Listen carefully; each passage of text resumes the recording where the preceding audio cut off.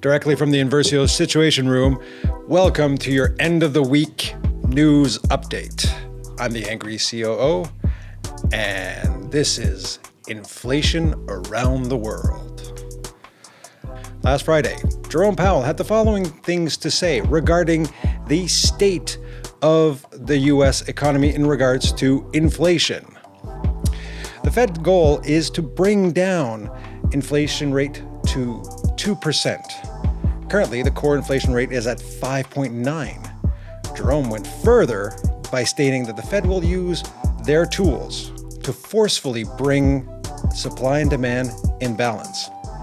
I'm not quite sure what that means, but it sounds very dangerous and serious. He did warn us that reducing inflation rate will require a certain time of below trend growth, which can create softening in the labor market and pain to households. And I quote directly from Jerome, he said, "This is an unfortunate cost of lowering inflation." Note to self, use softening of the labor markets as an excuse for next firings. Moving on to Canada. Current rate of inflation is at 7.6, and people are feeling it. Recent polls show that 3 out of 4 Canadians are stressed about money.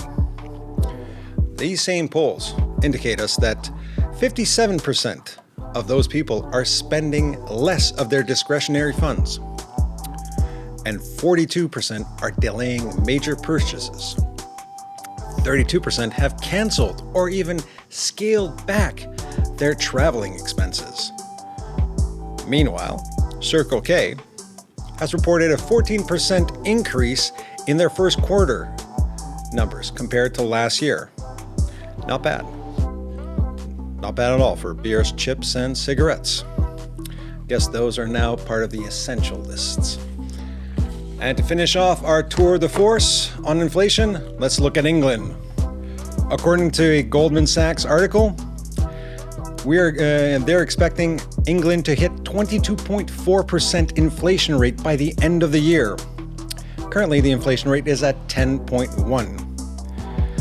One of the main culprits for this potential increase is the cost of energy, which is expected to skyrocket by 80% in the near future, meaning that roughly 1 out of 4 Englishmen will not be able to pay for their heating bill. But more importantly, the price of the pint is apparently going to be £9 by the end of the year, which is roughly 13.76 Canadian dollars.